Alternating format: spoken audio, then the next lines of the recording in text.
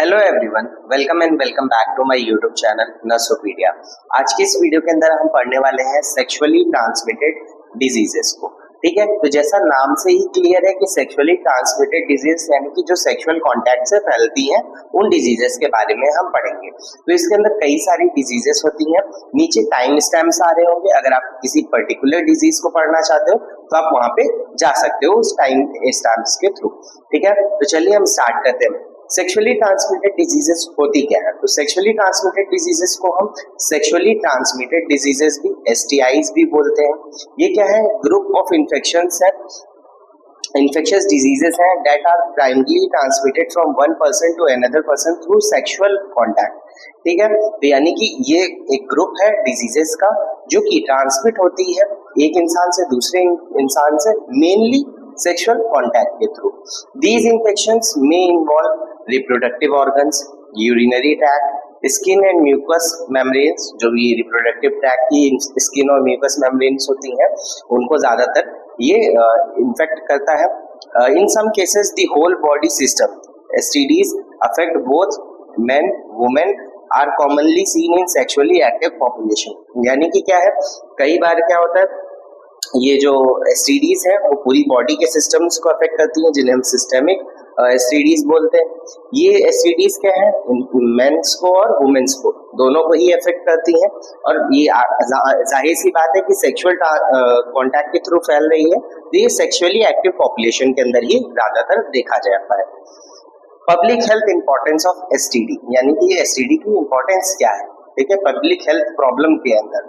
ठीक है, ये जैसे कि हमारा ये पार्ट है नेशनल हेल्थ प्रॉब्लम्स का ही एक पार्ट है कम्युनिकेबल डिजीजेस का। तो sexually transmitted diseases are major public health problems worldwide because many STDs are asymptomatic especially in females. ठीक है, तो ये क्यों बहुत ज्यादा कंसर्न लेने वाला टॉपिक है, क्योंकि ये जो है हेल्थ प्रॉब्लम्स ऐसी हैं कि इनके कोई सिम्टम्स ही नहीं होते। काफी सारी STDs होती हैं जैसे कि HIV, एड्स, उसका सिम्टम्स बहुत बाद में आते हैं। तब शुरू में एसिम्प्टोमेटिक होता है, उसके बाद 10 साल तक मान लो वो दूसरों तक फैलता जाता है, मेनली फीमेल्स के थ्रू। ठीक है, इन्फेक्टेड पर्सन्स में unknowingly transmit the disease to others. ठीक है, यानी कि जो इन्फेक्टेड पर्सन होता है वो ना जानते हुए भी कई लोगों को वो डिजीज ट्रांसमिट कर देता है। Untreated STDs can lead to serious complications such as infertility, pelvic inflammatory diseases, ectopic pregnancy, chronic pain और increased risk of HIV infections।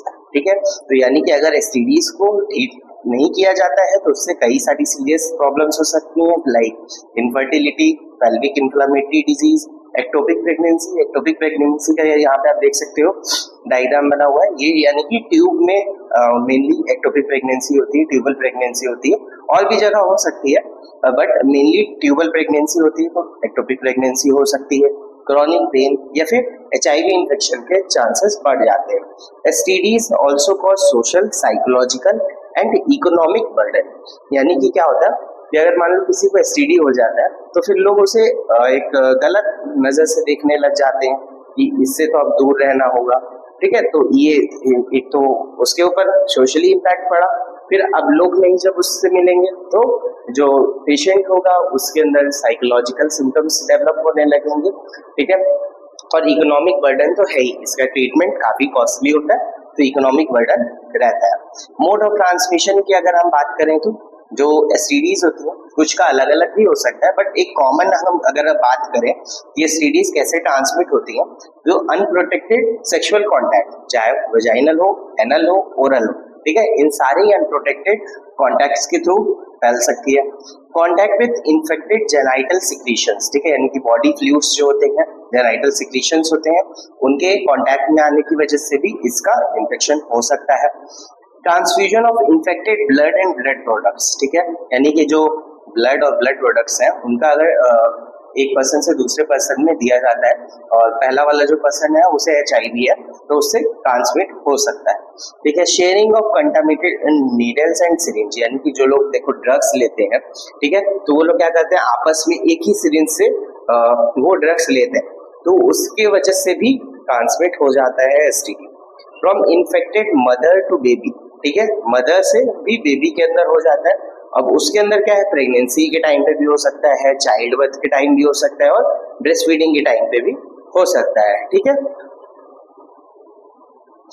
अब हम क्लासिफिकेशन की बात करें तो एसटीडी बैक्टीरियल भी होती है, वायरल होती है, प्रोटोजोअन होती है, फंगल इन्फेक्शंस की वजह से भी होती है और पैरासाइटिक इन्फेस्टेशंस की वजह से भी होती है। These classifications help in understanding the nature of disease, treatment options and prevention strategies. यानी कि अगर हम इतना वाइड रेंज में अगर पढ़ लेते हैं कि हाँ बैक्टीरियल एसटीडीज कौन कौन सी होती है, तो हमें पता चल जाता है उसके ट्रीटमेंट के लिए हमें एंटीबायोटिक्स का यूज करना होगा। अगर वायरल एसटीडी है तो उसके ट्रीटमेंट के लिए एंटीवायरल का यूज करना होगा। ऐसे ऐसे करके हमें ट्रीटमेंट के बारे में, उसके प्रिवेंशन के बारे में और ज्यादा जानने को मिलता है। ठीक है, अब इसकी जरूरत क्या है, जल्दी से जल्दी जानने की, यानी कि अर्ली डिटेक्शन और प्रिवेंशन की क्या जरूरत है। तो अर्ली डिटेक्शन और प्रॉपर मैनेजमेंट एसटीडी इंपॉर्टेंट होता है, क्योंकि इसके कॉम्प्लिकेशंस के बारे में मैंने आपको बताया अभी इसके पहले, तो वो कॉम्प्लिकेशंस प्रिवेंट होते हैं।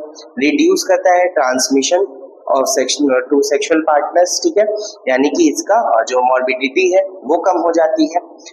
Prevent mother to child transmission, यानी कि माँ से बच्चे के अंदर ट्रांसमिशन होना बंद हो जाता है। Promote reproductive and sexual health. ठीक है, अगर हम जल्दी डिटेक्ट करते हैं तो उससे हम प्रिवेंट कर सकते हैं और प्रमोट कर सकते हैं रिप्रोडक्टिव हेल्थ को। Reduce the overall burden of disease in the community. अब इसके अंदर क्या है, अगर हम इस डिजीज को, जो सेक्सुअली ट्रांसमिटेड डिजीज है, अगर उनको हम कंट्रोल कर लेते हैं तो जो कम्युनिटी के अंदर है वहाँ फैलेंगी नहीं, उसे हम रिड्यूस कर पाएंगे। मॉर्बिडिटी रेट और मोर्टालिटी रेट दोनों ही कम कर पाएंगे। तो प्रिवेंशन के लिए कुछ स्ट्रैटेजीज का यूज किया जाता है, लाइक सेफ सेक्सुअल प्रैक्टिसेस, यानी कि एसटीडी बचने के लिए फिर एक जो है बैरियर मेथड्स होते हैं लाइक कॉन्डम्स, तो उनका यूज करना चाहिए। हेल्थ एजुकेशन और अवेयरनेस, रेगुलर स्क्रीनिंग होनी चाहिए और वैक्सीनेशन, जैसे कि कुछ जो सेक्सुअली ट्रांसमिटेड इन्फेक्शन है उनकी वैक्सीन अवेलेबल है तो उनका वैक्सीनेशन करवाना चाहिए, लाइक हेपेटाइटिस बी और HPV यानी कि human papilloma virus. Syphilis, syphilis is a chronic sexually transmitted bacterial infection caused by treponema pallidum. यानी कि क्या है, सिफिलिस एक chronic sexually transmitted bacterial infection है। इसका पॉजिटिव एजेंट क्या होता है, ट्रेपोनीमा पैलिडम। ठीक है, ट्रेपिनोमा पैलिडम भी बोल देते हैं कुछ लोग, ट्रेपोनीमा पैलिडम होता है। It spreads mainly through sexual contact with an infected person, can also be transmitted from mother to fetus during pregnancy। यानी क्या है, मेनली तो ये सेक्सुअल कांटेक्ट की वजह से ट्रांसमिट होता है, बट ये मदर से बच्चे के अंदर भी जा सकता है।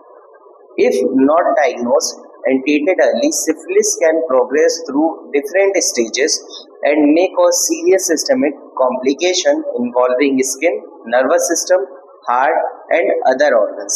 यानी कि क्या है, अगर सिफिलिस को पहले जल्दी से हमने डायग्नोज नहीं किया और ट्रीट नहीं किया तो सिफिलिस की कई सारी स्टेजेस होती है, जिसके बारे में अभी हम डिस्कस करने वाले हैं। तो वो लास्ट में जाके क्या होता है, ऑर्गन डैमेज कर देती है। ठीक है, तो उसके अंदर हमारा स्किन भी डैमेज हो सकता है, नर्वस सिस्टम भी, हार्ट और अदर ऑर्गन्स भी डैमेज हो सकते हैं। और ये जो डैमेज होता है, सिस्टेमिक कॉम्प्लिकेशंस अगर हो गई तो ये डैमेज इरिवर्सिबल हो जाता है। ठीक है, इसे वापस से पहले जैसा नहीं किया जा सकता।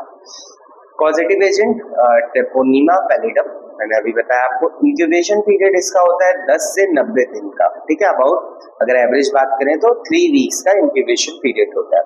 Organism enter the body through small breaks in the skin और mucous membrane during sexual contact. ठीक है, तो या तो कहीं पे चोट लगा हो उसकी वजह से ऑर्गेनिज्म जो है, यानी ये जो बैक्टीरिया है वो बॉडी के अंदर आ जाए, या फिर म्यूकस मेम्ब्रेन्स के थ्रू आ जाए सेक्सुअल कॉन्टैक्ट के दौरान।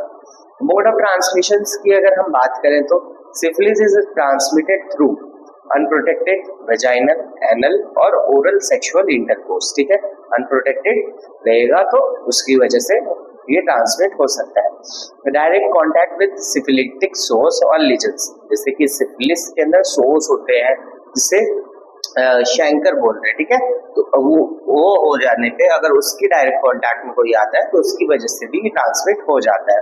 या फिर ट्रांसप्लासेंटल ट्रांसमिशन भी इसका होता है माँ से बच्चे के अंदर, जिसे हम कॉन्जेनाइटल सिफिलिस बोलते हैं, यानी कि जन्मजात उसे सिफिलिस है। रेयरली ब्लड ट्रांसफ्यूजन के थ्रू होता है, क्योंकि ब्लड जब भी डोनेट किया जाता है तब ब्लड की स्क्रीनिंग की जाती है, इसलिए बहुत रेयरली होता है कि सिफिलिस ट्रांसमिट हो गया ब्लड ट्रांसमिशन की वजह से। अब स्टेजेस ऑफ सिफिलिस की अगर हम बात करें तो इसके अंदर 4 स्टेजेस होती हैं, ठीक है। पहली प्राइमरी स्टेज, अगर प्राइमरी स्टेज में उसे हमने ट्रीट नहीं किया तो वो कन्वर्ट हो जाएगा सेकेंडरी स्टेज में, तब भी ट्रीट नहीं किया तो लेटेंट सिफिलिस में, और उसके बाद टर्शियरी सिफिलिस में, ठीक है। हर स्टेज की अपने अपने क्लिनिकल फीचर्स होते हैं। प्राइमरी सिफिलिस, इसके टाइम ऑफ अपीयरेंस, यानी कि जो अल्सर है ये कब आएगा बॉडी के ऊपर, तो ये 2 से 3 हफ्ते के बाद, एक्सपोजर के बाद में। जैसा कि इंक्यूबेशन पीरियड हमने पढ़ा कि 3 हफ्ते का होता है लगभग, तो ये अल्सर भी 2-3 हफ्ते बाद ही दिखाई देगा। ये अल्सर्स क्या होते हैं, पेनलेस होते हैं, हार्ड अल्सर्स होते हैं, और इन्हें बोलते हैं, इसे प्रोनाउंस किया जाता है शैंकर, ठीक है, शैंकर प्रोनाउंस किया जाता है at the site of infection, यानी कि जहां पे भी इन्फेक्शन हुआ होगा वहां पे ये अल्सर्स हो जाएंगे, लाइक जेनाइटल एरिया, एनस और माउथ के अंदर। Enlarge non tendered lymph nodes, ठीक है, और जो लिम्फ नोड्स होंगी वो एनलार्ज हो जाएंगी। इंपॉर्टेंट पॉइंट्स, ठीक है, chancre heals spontaneously but infection persist if untreated, यानी कि ये जो शैंकर हुआ है ये अपने आप ठीक हो जाता है, लेकिन जो इन्फेक्शन है वो अनट्रीटेड रहेगा तो वो ठीक नहीं होगा। सेकेंडरी सिफिलिस, सेकेंडरी सिफिलिस के अंदर क्या होता है, अब इसका टाइम ऑफ अपीयरेंस क्या है, कुछ हफ्ते से लेके कुछ मंथ तक का होता है प्राइमरी स्टेज आने के बाद। अब इसके अंदर क्या क्या क्लिनिकल फीचर्स देखने को मिलेंगे, तो जनरलाइज्ड स्किन रैश, यानी कि पाम और सोल को भी इंक्लूड करेगा, जैसे कि आप यहाँ पे देख सकते हो डायग्राम के अंदर कि कैसे पूरी बॉडी के अंदर जो है रैशेस हो गए हैं, पाम और सोल के अंदर भी हो जाते हैं। फीवर रहेगा, sore throat, lymph node enlargement होगा, mucous patches in mouth, condylomata, moist warts like lesions in the genital area, यानी कि इसमें क्या होते हैं, मॉइस्ट वार्ड लाइक लेजन्स हो जाते हैं जेनाइटल एरिया के अंदर, यानी कि घाव हो जाते हैं, जिसे हम कॉन्डिलोमेटा लाटा बोलते हैं, ठीक है। नेचर इसका हाईली इंफेक्शियस स्टेज होती है। लेटेंट सिफिलिस, लेटेंट सिफिलिस यानी कि stage with no clinical symptoms, यानी कि प्राइमरी स्टेज हुई, सेकेंडरी स्टेज हुई, अब इस स्टेज में कोई भी सिम्टम्स नहीं देखने को मिलेंगे, बट ये जो इन्फेक्शन है वो बॉडी के अंदर प्रेजेंट रहेगा, ठीक है। टाइप्स की अगर बात करें तो अर्ली लेटेंट सिफिलिस और लेट लेटेंट सिफिलिस होता है। Significance, patient appears normal but remain serologically positive, यानी कि इस स्टेज के अंदर क्या होता है, कोई भी सिम्टम्स देखने को नहीं मिलेंगे, ठीक है, लेकिन उसे हम सीरोलॉजिकल एग्जामिनेशन के थ्रू हम उसे डायग्नोस कर सकते हैं, ठीक है। Diseases can progress to tertiary stage if untreated, अगर इस स्टेज के अंदर सिफिलिस को ट्रीट नहीं किया गया तो वो टर्शियरी स्टेज के अंदर कन्वर्ट हो सकता है। अब टर्शियरी स्टेज बहुत लास्ट में आती है, एकदम लास्ट के अंदर, और ये काफी साल लगते हैं इस स्टेज तक पहुंचने में, ठीक है। पहले इन्फेक्शन से काफी साल लगते हैं, अगर ये ट्रीट नहीं किया जाता तब होता है।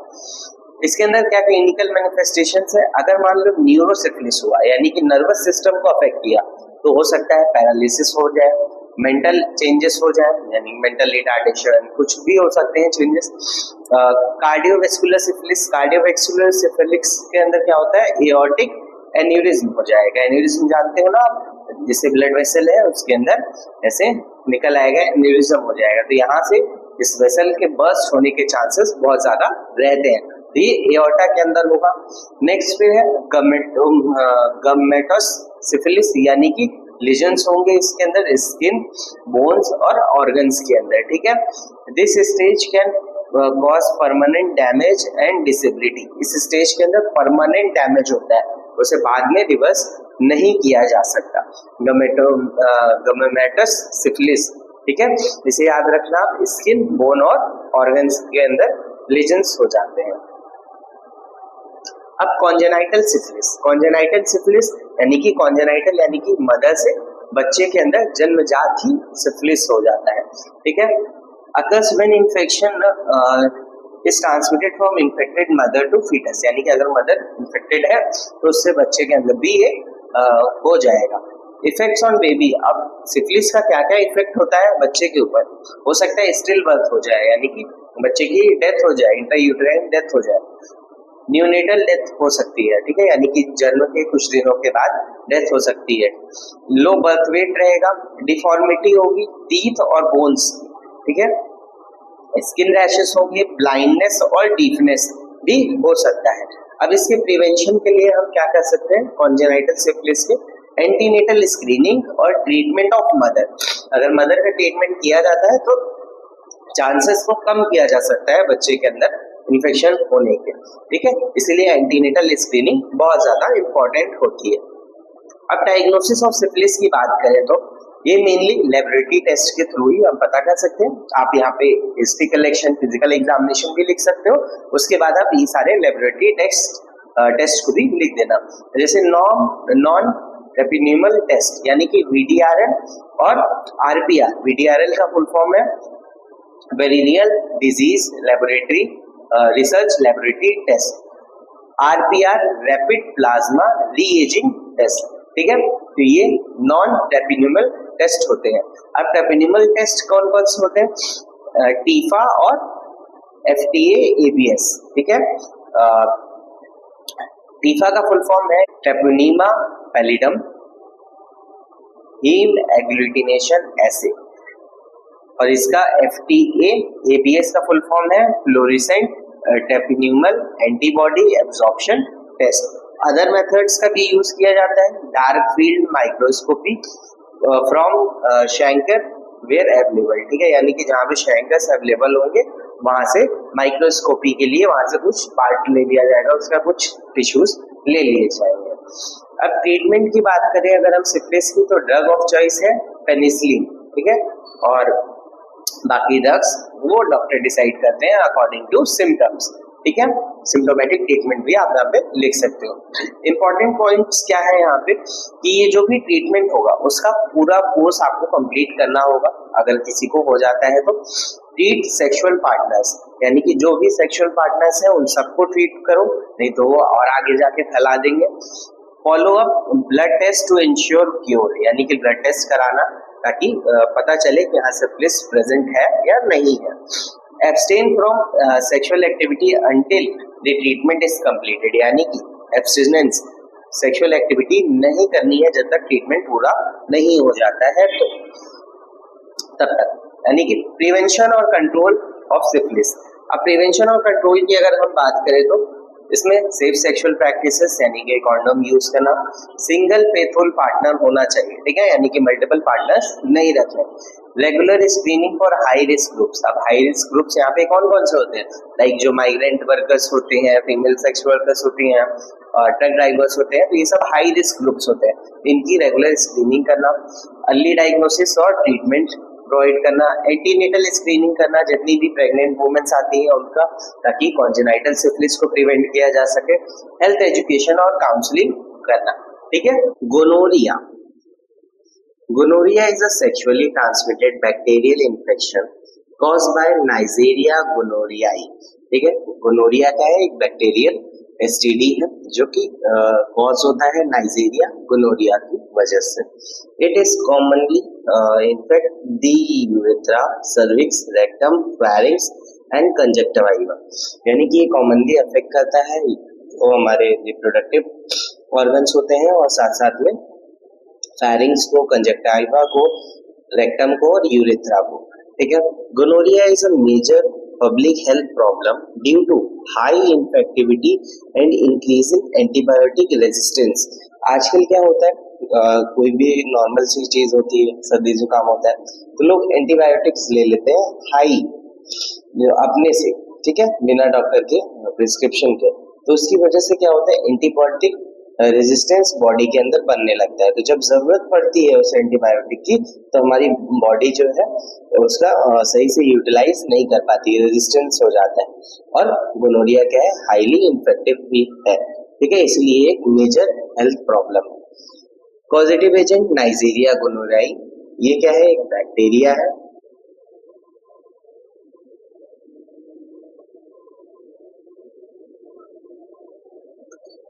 इंक्यूबेशन पीरियड इसका यूजुअली होता है 2 से 7 दिनों का।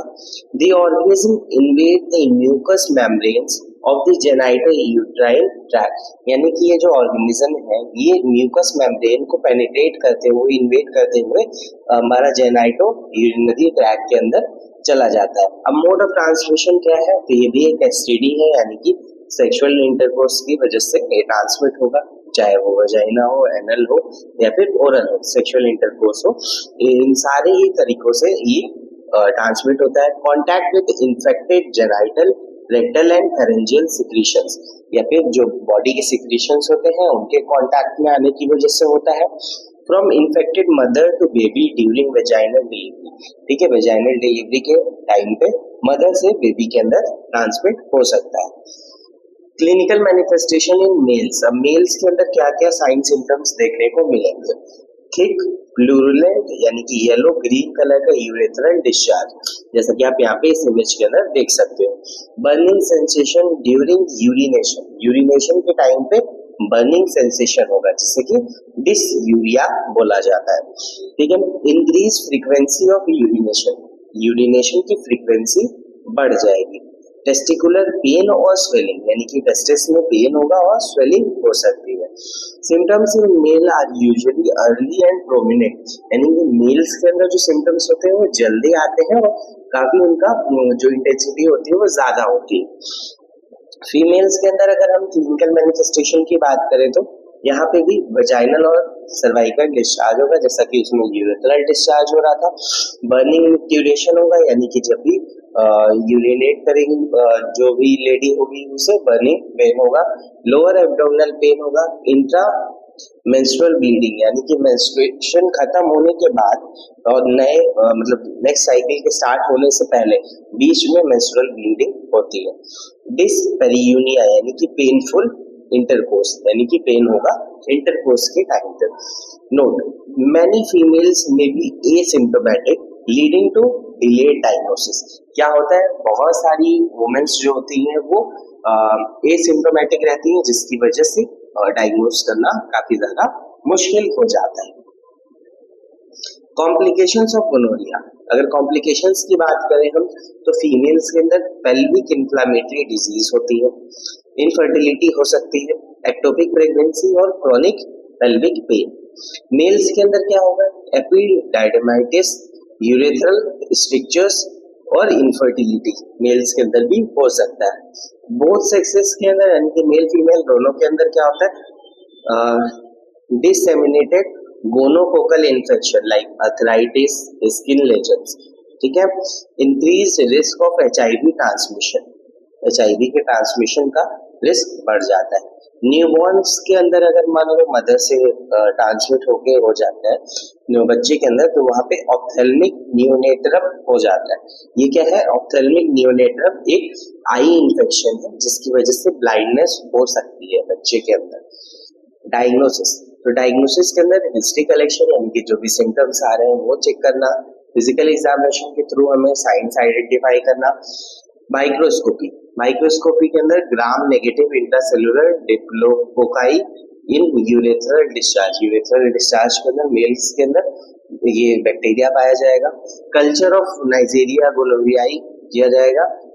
NAAT यानी कि nucleic acid amplification test from urine और स्वैब सैंपल्स, ठीक है, ये करेंगे। Screening of sexual partners is essential, यानी कि जो भी सेक्सुअल पार्टनर्स है उनकी स्क्रीनिंग बहुत ज्यादा एसेंशियल होती है, मैंडेटरी होती है। अब अगर हम बात करें ट्रीटमेंट की गोनोरिया की, तो इसकी ट्रीटमेंट के लिए हम प्रोवाइड करते हैं antibiotic therapy as per guidelines. Simultaneous treatment of sexual partners, यानी कि साथ साथ में पेशेंट के साथ साथ में जो उसके सेक्सुअल पार्टनर्स है उनको भी ट्रीट किया जाएगा। Avoid sexual intercourse until the completion of treatment, यानी कि जब तक ट्रीटमेंट कंप्लीट नहीं हो जाता है तब तक सेक्सुअल इंटरकोर्स को कंप्लीटली अवॉइड करना है।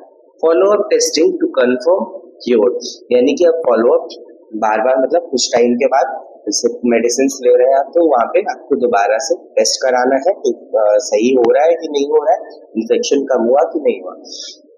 प्रिवेंशन एंड कंट्रोल की अगर हम बात करें तो प्रिवेंशन के अंदर आप consistent and correct use of condoms, early diagnosis and complete treatment, partners notification and treatment, antenatal screening, health education and awareness, safe sexual practices.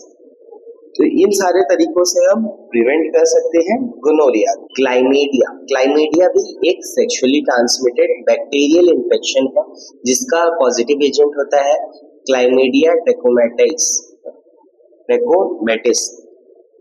It mainly affects the cervix, urethra, but can also involve the rectum, throat and eyes. ये mainly क्या है, cervix, urethra को ही affect करता है, but ये rectum और throat को भी infect कर सकता है। Chlamydia is often called silent infection. इसे silent infection भी बोला जाता है क्योंकि बहुत सारे जो लोग होते हैं, बहुत सारे इंडिविजुअल्स, mainly क्या है, females, जिनके अंदर कोई भी symptoms देखने को नहीं मिलते हैं। पॉजिटिव एजेंट क्लाइमेडिया ट्रैकोमैटिस एक बैक्टीरियम है, ठीक है। Incubation period usually 7 to 21 days का होता है। The organism infect the columnar epithelial cells of genito urinary tract, यानी कि ये जो भी मतलब अभी तक बैक्टीरिया थे सभी जो जेनाइटल यूरिनरी ट्रैक्ट होती है उसकी सेल्स को इन्वेड करते हुए अंदर इन्फेक्शन फैलाते हैं। मोड ऑफ ट्रांसमिशन क्या है, chlamydia transmitted through unprotected sexual intercourse, contact with infected genital secretions from infected mother to baby during childbirth, can cause conjunctivitis and pneumonia in newborn, ठीक है। तो इसकी वजह से कंजक्टिवाइटिस और निमोनिया हो सकता है बच्चे के अंदर।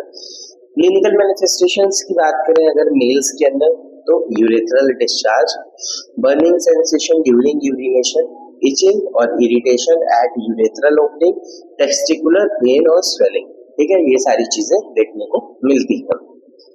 अब क्लिनिकल मैनिफेस्टेशंस इन फीमेल्स, तो फीमेल्स के अंदर क्या है, ऑफन एसिम्प्टोमेटिक, यानी कि आमतौर पे ज्यादातर ये एसिम्प्टोमेटिक रहते हैं, ठीक है। अगर मान लो सिम्टम्स आते हैं तो वो कैसे सिम्टम्स आ सकते हैं, म्यूकोप्लूरलेंट सर्वाइकल डिस्चार्ज, यानी कि सर्विक्स से डिस्चार्ज होगा, बर्निंग मैक्यूरेशन, लोअर एब्डोमिनल पेन, डिस्पेरियूनिया का मतलब क्या था, पेनफुल इंटरकोर्स, इंटरमेंस्ट्रुअल ब्लीडिंग और पोस्ट कॉइटल ब्लीडिंग, यानी कि दो मेंसेस के बीच में ब्लीडिंग होना या फिर आफ्टर कॉइटस एक्ट यानी कि सेक्सुअल इंटरकोर्स ब्लीडिंग होना। कॉम्प्लिकेशंस की बात करें तो कॉम्प्लिकेशंस लगभग सेम ही रहते हैं। फीमेल्स के अंदर pelvic inflammatory disease, infertility, ectopic pregnancy, chronic pelvic pen.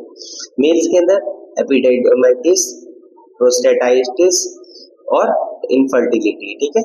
ये सारे इन्फेक्शंस, इन्फ्लेमेशंस हो सकते हैं। न्यूबॉर्न्स के अंदर न्यूनेटल कंजक्टिवाइटिस और न्यूनेटल निमोनिया होने के चांसेस रहते हैं। डायग्नोसिस ऑफ क्लाइमेडिया का डायग्नोसिस क्या है, हिस्ट्री कलेक्शन करना, फिजिकल एग्जामिनेशन करना, nucleic acid amplification test perform करना, यूरिन सैंपल और सर्वाइकल यूरेथ्रल स्वैब के थ्रू NAAT करना है, यानी कि screening of asymptomatic high risk individuals, जो हाई रिस्क इंडिविजुअल्स हैं मैंने बताया था आपको, उन सब का जो है स्क्रीनिंग करना, क्योंकि एसिम्प्टोमेटिक होता है मैनी केसेस, और पार्टनर टेस्टिंग भी करनी होती है। अब मेडिकल मैनेजमेंट की अगर हम बात करें तो एप्रोप्रिएट एंटीबायोटिक्स देनी होती है जो भी गाइडलाइंस के हिसाब से। Treatment of sexual partners simultaneously, इसमें भी क्या है, ट्रीटमेंट सेक्सुअल पार्टनर्स का साइमल्टेनियसली करना है। अवॉइड करना है sexual intercourse until the treatment completed, follow up testing if indicated, screening and manage को एक्जिस्टिंग एसटीडी, अगर इसके साथ साथ और भी कोई एसटीडी है तो उसको मैनेज करना। नर्सिंग मैनेजमेंट की अगर हम बात करें तो प्रोवाइड करना है हेल्थ एजुकेशन, यानी कि ये डिजीज किस नेचर की है, इसका ट्रांसमिशन कैसे होता है और इसका कितना ज्यादा इम्पोर्टेंस है आपको ट्रीटमेंट लेने का और इसे पूरी तरह से कंप्लीट करने का, कंप्लीट कोर्स लेने का। Council on safe sexual practices, अब उन्हें हम काउंसलिंग करेंगे कैसे आप सेफ सेक्सुअल प्रैक्टिसेस कर सकते हैं।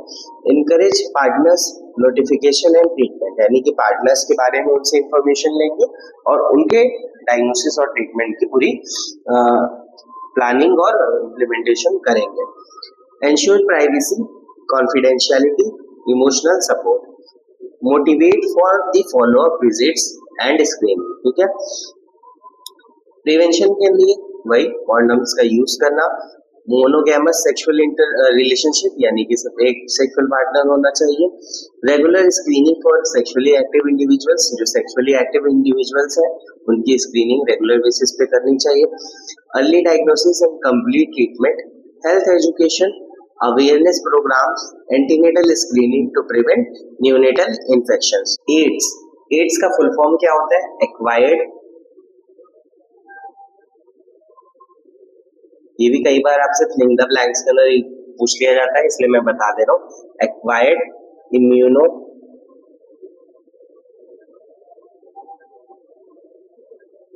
डेफिशिएंसी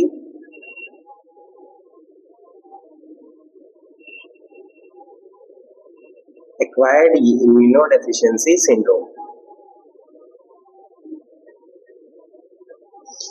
एड्स क्या है? एक एडवांस स्टेज होती है इन्फेक्शन की, cause by human immunodeficiency virus, HIV की वजह से होने वाली एक एडवांस स्टेज इन्फेक्शन है। It is characterized by severe damage of immune system. इसके अंदर क्या होता है? इम्यून सिस्टम को बहुत बुरी तरह से डैमेज कर देते हैं ये एचआईवी का infection, leading to opportunistic infections and certain cancers. कई सारे एचआईवी की वजह से कैंसर्स भी होने के चांसेस रहते हैं। अब काफी लोग बहुत ज्यादा कंफ्यूज होते हैं, एचआईवी क्या है और एड्स क्या है। ठीक है, उसके बीच में कंफ्यूजन रहता है, तो उसको क्लियर करने की मैं यहाँ पे कोशिश करूंगा। एड्स का तो मैंने आपको फुल फॉर्म बता दिया, एचआईवी का भी बता देता हूँ। एचआईवी का फुल फॉर्म क्या है? Human immuno deficiency virus. ठीक है, और एड्स का क्या है? Acquired immunodeficiency syndrome. HIV के अंदर क्या होता है? Virus that infects the body. ठीक है, ये एचआईवी क्या है? ये वायरस है जो कि बॉडी को इन्फेक्ट करता है। पर्सन में बी एसिम्प्टोमेटिक, ऐसा हो सकता है कि जिस इंसान को एचआईवी हुआ हो उसे कोई भी सिम्टम्स नहीं आ रहे हैं। CD4 काउंट जो होता है वो नॉर्मल रहता है इनिशियली। ठीक है, ट्रीटेबल विथ ART। ART यानी कि ART का भी फुल फॉर्म कई बार पूछा गया है आपसे एग्जाम के अंदर। ठीक है, तो ART का फुल फॉर्म क्या है? Anti retro viral therapy.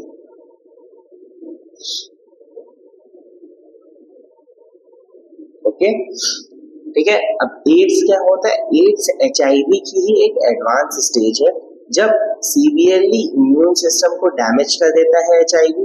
CD4 count जो है 200 से कम हो जाता है, और एड्स के लिए क्या है? लाइफ लॉन्ग ART की जरूरत होती है, यानी कि anti retroviral therapy life long चलती है, और इसके अंदर मैनेजमेंट किया जाता है कॉम्प्लिकेशंस का। ठीक है, यानी कि एड्स एडवांस स्टेज है, एचआईवी एक इन्फेक्शन है। ठीक है, या आप ऐसे मान सकते हो एड्स डिजीज है और एचआईवी एक पॉजिटिव एजेंट है।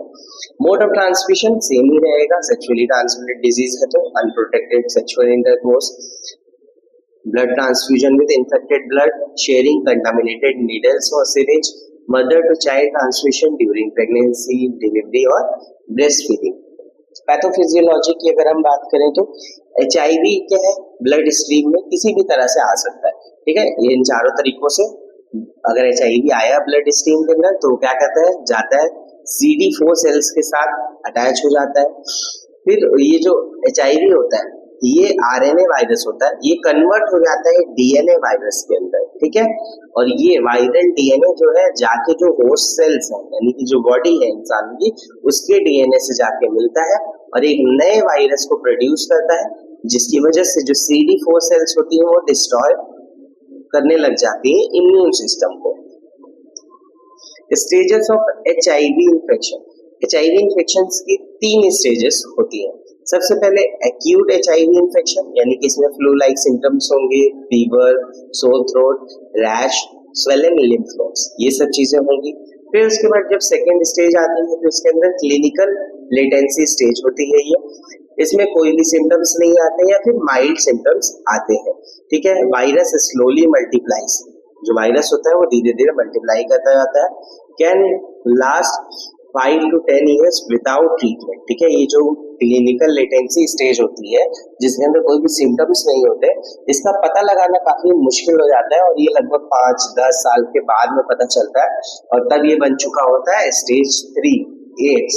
ठीक है, CD4 काउंट कम होने लग जाता है, सीवियर अपॉर्चुनिस्टिक इन्फेक्शन। अब HIV क्या है, इसमें इम्यूनो डेफिशिएंसी हो जाती है, यानी कि इम्यून सिस्टम कमजोर हो जाता है। जितने भी इन्फेक्शन होते हैं वो बहुत जल्दी इंसान को होने लग जाते हैं। वेट लॉस होना, क्रॉनिक डायरिया, पर्सिस्टेंट फीवर, ये इसके मेन सिम्टम्स रहते हैं। क्लिनिकल मैनिफेस्टेशंस में क्या है, अगर सीवियर वेट लॉस है यानी कि 10% से ज्यादा बॉडी वेट कम हो गया है, क्रॉनिक डायरिया हो रहा है 1 महीने से ज्यादा, प्रोलॉन्ग्ड फीवर है, फटीग है, ये सारे जनरल सिम्टम्स है। अपॉर्चुनिस्टिक इन्फेक्शंस के अंदर आएगा tuberculosis, pneumonia, candidiasis, oral thrush, herpes zoster, meningitis, ये सारे इन्फेक्शंस बहुत ज्यादा होते हैं। नेक्स्ट फिर कैंसर्स की अगर हम बात करें तो कापोसी सार्कोमा और लिम्फोमा होने के चांसेस होते हैं एड्स के अंदर। डायग्नोस्टिक टेस्ट, तो डायग्नोस्टिक टेस्ट के अंदर आप क्या करोगे, तो सबसे पहले आप हिस्ट्री कलेक्शन और प्लस फिजिकल एग्जामिनेशन लिख लेना। उसके बाद एलिसा टेस्ट क्या होता है कि स्क्रीनिंग टेस्ट होता है, और वेस्टर्न ब्लॉट टेस्ट ये कंफर्मेटरी टेस्ट होता है, ये बात आप ध्यान रखना। एलिसा टेस्ट क्या है, एड्स का स्क्रीनिंग टेस्ट होता है, और वेस्टर्न ब्लॉट जो है कंफर्मेटरी टेस्ट होता है। रैपिड HIV टेस्ट भी किया जाता है, CD4 काउंट से भी पता चलता है कि इम्यून स्टेटस क्या है। वायरल लोड टेस्ट किया जाता है, वायरल लोड यानी कि ये मेजर करता है कितना अमाउंट ऑफ वायरस हमारी बॉडी के अंदर प्रेजेंट है। ठीक है, अब मेडिकल मैनेजमेंट के अंदर अगर बात करें हम, तो इसका क्या है, कंप्लीट इलाज पॉसिबल नहीं है एड्स का, बट HIV को कंट्रोल किया जा सकता है एंटी रेट्रोवायरल थेरेपी के थ्रू। ठीक है, anti retroviral therapy, combination of drugs that reduce viral load, increase CD4 count और प्रिवेंट प्रोग्रेशन टू एड्स। ये ऐसी कुछ ड्रग्स का कॉम्बिनेशन होता है जो कि वायरल लोड को कम करती है, इंक्रीज करती है CD4 काउंट को और प्रिवेंट करती है एड्स के अंदर प्रोग्रेस होने से। ART, common drug groups, NRTIs, ठीक है, NMRTIs और प्रोटीज इनहिबिटर, इंटीग्रेस इनहिबिटर, ये सारी ड्रग्स का जो ग्रुप है उसके कॉम्बिनेशन का यूज किया जाता है ART के अंदर। ART should be taken life long, यानी कि ART को लाइफ लॉन्ग लेने की जरूरत होती है, कंप्लीट क्योर नहीं होता है। ठीक है, ART को हम कोई छोटी सी वीडियो के अंदर उसके अंदर कौन कौन सी ड्रग्स यूज करी जाती है उसको हम बाद में देख लेंगे। अभी के लिए आप इतना समझो कि HIV को कंट्रोल करने के लिए ART का यूज किया जाता है।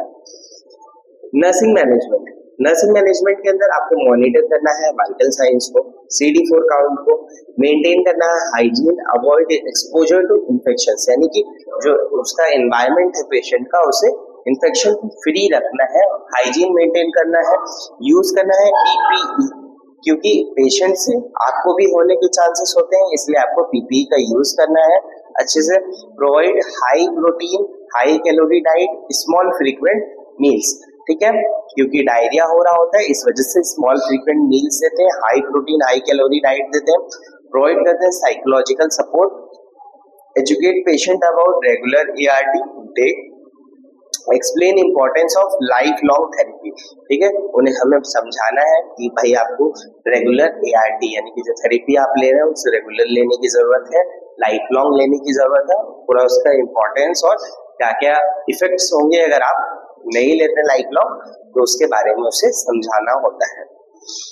प्रिवेंशन के अंदर आप सेफ सेक्स यानी कि use condoms, screening of blood before transfusion, use disposable needles, जो डिस्पोजेबल नीडल्स आजकल आती हैं उनका ये यूज करना है और एक बार यूज करने के बाद डिस्पोज कर देना है।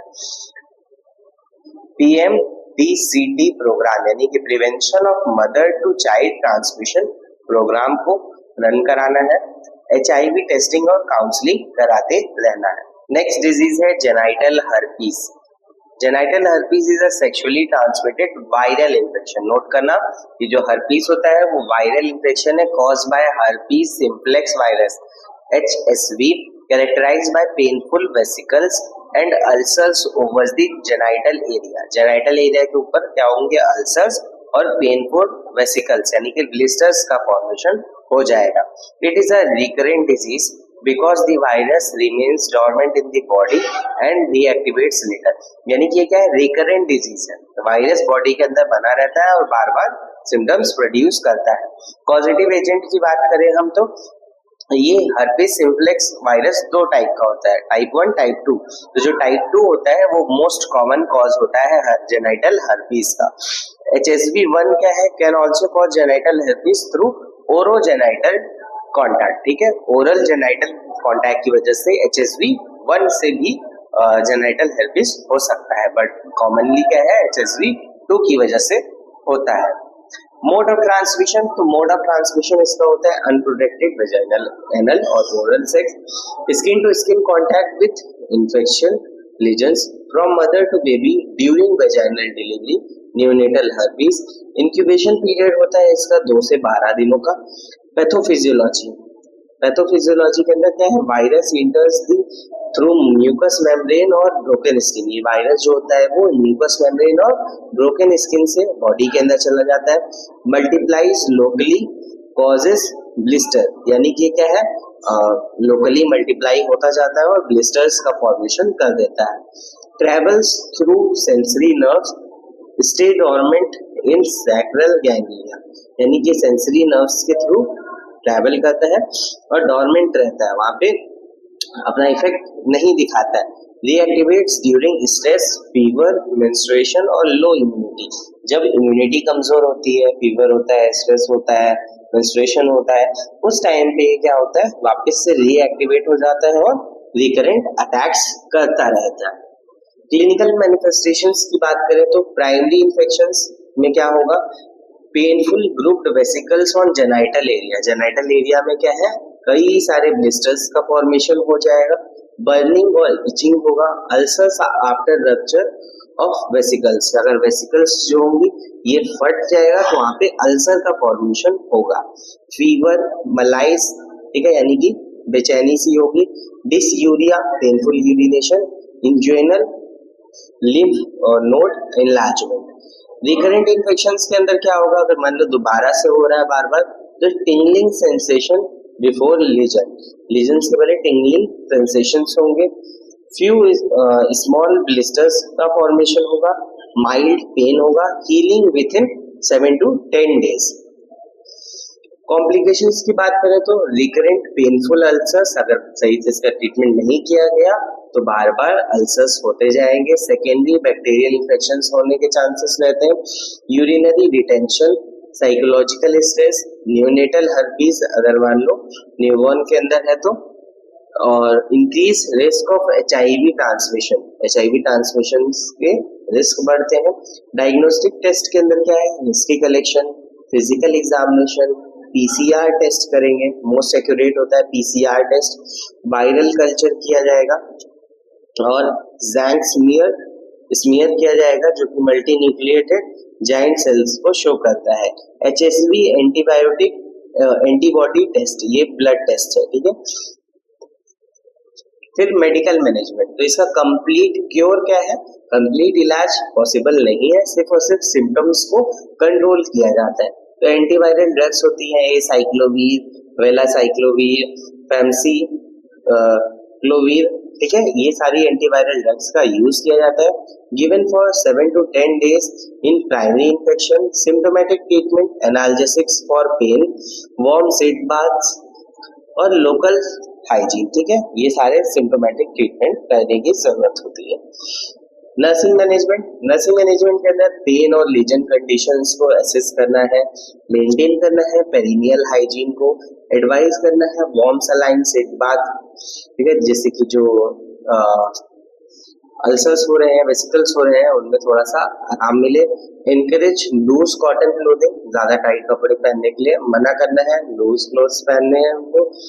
Administer antiviral drugs as prescribe, जैसे भी प्रिस्क्राइब हो उतनी एंटीवायरल ड्रग्स प्रोवाइड करनी है। Educate about safe sexual practice, use condoms. Council about recurrence, यानी कि उन्हें बताना है कि ऐसा नहीं कि एक बार सिम्टम्स चले गए तो पूरी तरह से वो डिजीज ठीक हो गई, वो बार बार रीअकरेंस हो सकता है उसका। Advice abstinence during active lesions, अगर लीजन्स प्रेजेंट है या फिर वेसिकल्स प्रेजेंट है तो उस टाइम पे एब्सटिनेंस यानी कि कंप्लीटली सेक्सुअल इंटरकोर्स को बंद कर देना है, नहीं करना है। Psychological support, reduce anxiety, stigma. Next, educate pregnant women about risk to newborn, यानी कि प्रेग्नेंट वुमेन्स के अंदर अगर है तो उन्हें ये समझाना है कि इसका न्यूबॉर्न के ऊपर भी इम्पैक्ट हो सकता है। नेक्स्ट डिजीज कंडीशन है human papilloma virus infection, HPV infection भी इसे हम शॉर्ट में बोलते हैं।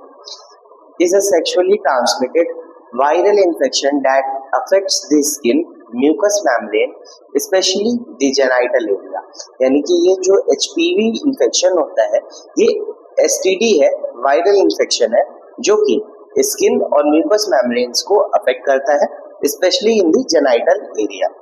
It can cause genital wards, cervical cancer, other anogenital और ओरोफेरेंजियल कैंसर्स। ठीक है, ये HPV जो होता है ये कैंसर कॉजिंग इंफेक्शन होता है।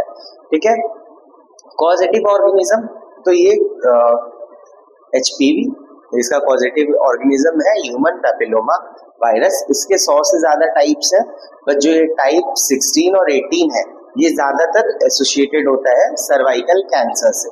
ठीक है, मोड ऑफ ट्रांसमिशन, तो अनप्रोटेक्टेड सेक्सुअल इंटरकोर्स, चाहे वो वैसा भी हो, वजाइनल, एनल, ओरल। ठीक है, skin to skin genital contact from mother to baby ये रेयरली होता है। ठीक है, मेनली तो ये सेक्सुअल कॉन्टैक्ट के थ्रू और स्किन टू स्किन कॉन्टैक्ट के थ्रू ही फैलता है। इंक्यूबेशन पीरियड इसका बहुत ज्यादा वेरी करता है, कुछ हफ्तों से लेके कुछ महीने तक या फिर कुछ साल तक भी चला जाता है। Pathophysiology, virus enter through micro aberrations in the skin, skin के अंदर जो छोटे छोटे छेद होते हैं उससे वायरस इंटर करता है स्किन के अंदर, infects basal epithelium cells, cause abnormal cell growth, may remain silent और develop into genital warts, benign यानी कि एक ही जगह पे वहाँ पे genital warts का फॉर्मेशन होगा एंड मल्टीप्लिकेशन ऑफ सेल्स हो जाएगा। प्री कैंसरस लीजन्स और सर्वाइकल कैंसर डेवलप कर देता है।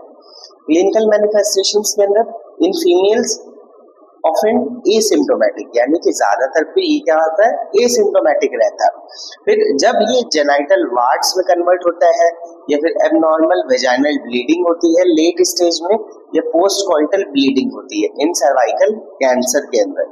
ठीक है, तो ये काफी बाद में सिम्टम्स देखने को मिलते हैं। In males genital wards on penis, scrotum और एनस यूजुअली एसिम्प्टोमेटिक, मेल्स के अंदर भी एसिम्प्टोमेटिक रहता है। वार्ड्स जो काफी लेट में जाकर डेवलप होते हैं तो वो देखने को मिलेंगे जेनाइटल ऑर्गन्स में। कॉम्प्लिकेशंस के अंदर सर्वाइकल कैंसर सबसे ज्यादा होता है HPV की वजह से, मेन कॉज HPV है सर्वाइकल कैंसर का। Vulvar cancer, vaginal cancer, penile cancer, anal cancer, oropharyngeal cancer, ये सारे जो कैंसर्स होते हैं ये कॉम्प्लिकेशंस होते हैं HPV के।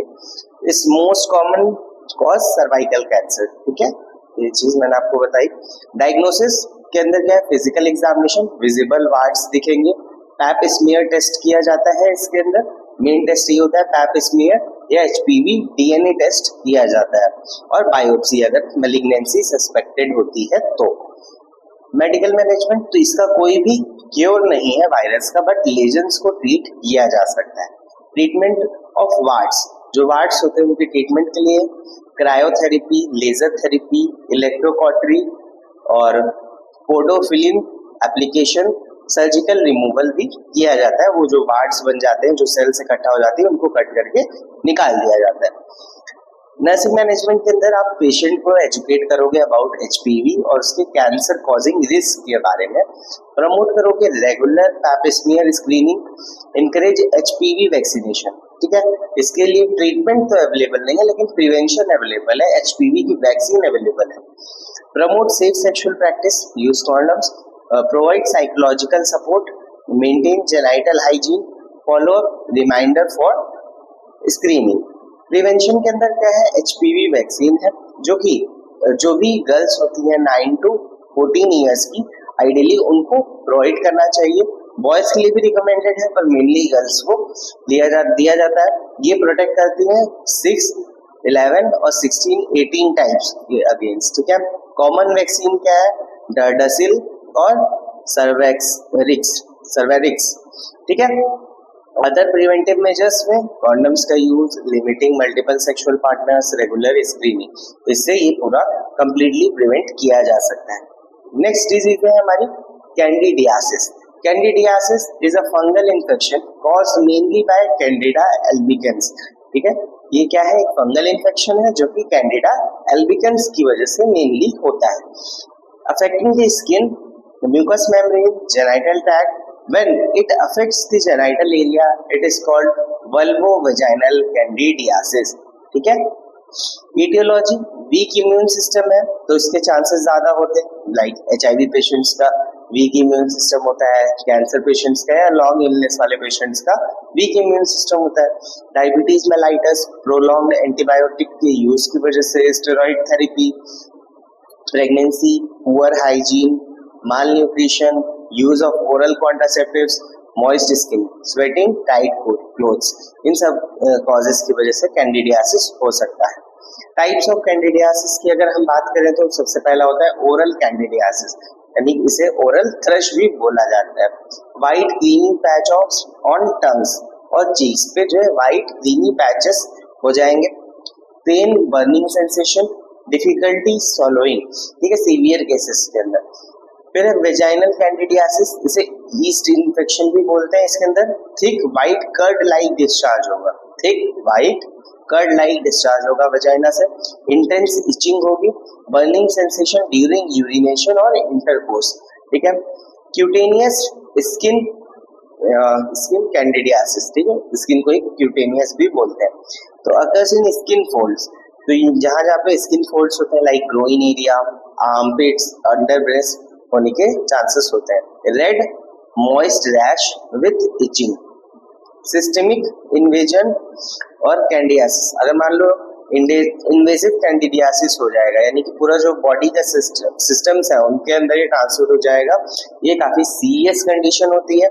Infections spread to blood and organs, seen in ICU patients और सीवियरली इम्यूनो कॉम्प्रोमाइज्ड पेशेंट्स के अंदर ये देखा जाता है। क्लिनिकल फीचर्स की बात किया जाए तो itching, redness, burning sensation, discharge vaginal infection के अंदर और वाइट पैचेस ओरल इन्फेक्शन के अंदर। डायग्नोसिस के अंदर हिस्ट्री कलेक्शन, फिजिकल एग्जामिनेशन में साइन सिम्टम्स को देखेंगे, माइक्रोस्कोपिक एग्जामिनेशन किया जाएगा, कल्चर किया जाएगा सैंपल का और ब्लड कल्चर किया जाएगा अगर सिस्टेमिक इन्फेक्शन है तो। मेडिकल मैनेजमेंट के अंदर एंटी फंगल ड्रग्स प्रोवाइड किए जाएंगे, लाइक फ्लुकोनाजोल ओरल के लिए, फोर्टिमाजोल टॉपिकल यानी कि ऊपर से अप्लाई करने के लिए, और नियास्टैटिन ओरल और टॉपिकल दोनों ही होती है। नर्सिंग मैनेजमेंट के अंदर मेंटेन हाइजीन रखना है, और जो अफेक्टेड एरिया है जहाँ पे इचिंग हो रही है, पेन हो रहा है, उस एरिया को ड्राई रखना है, सूखा रखना है। Monitor symptoms, educate patient on drug compliance, provide balance diet. अब डाइटरी एडवाइस के अंदर क्या है, इसके अंदर हमें शुगर का इंटेक कम करना होता है, क्योंकि शुगर रिच एनवायरनमेंट के अंदर फंगस ज्यादा ग्रो करता है, इसलिए हमें शुगर इंटेक को कम करना है। इंक्रीज करना है probiotics like curd, yogurt, maintain करना है हाइड्रेशन को।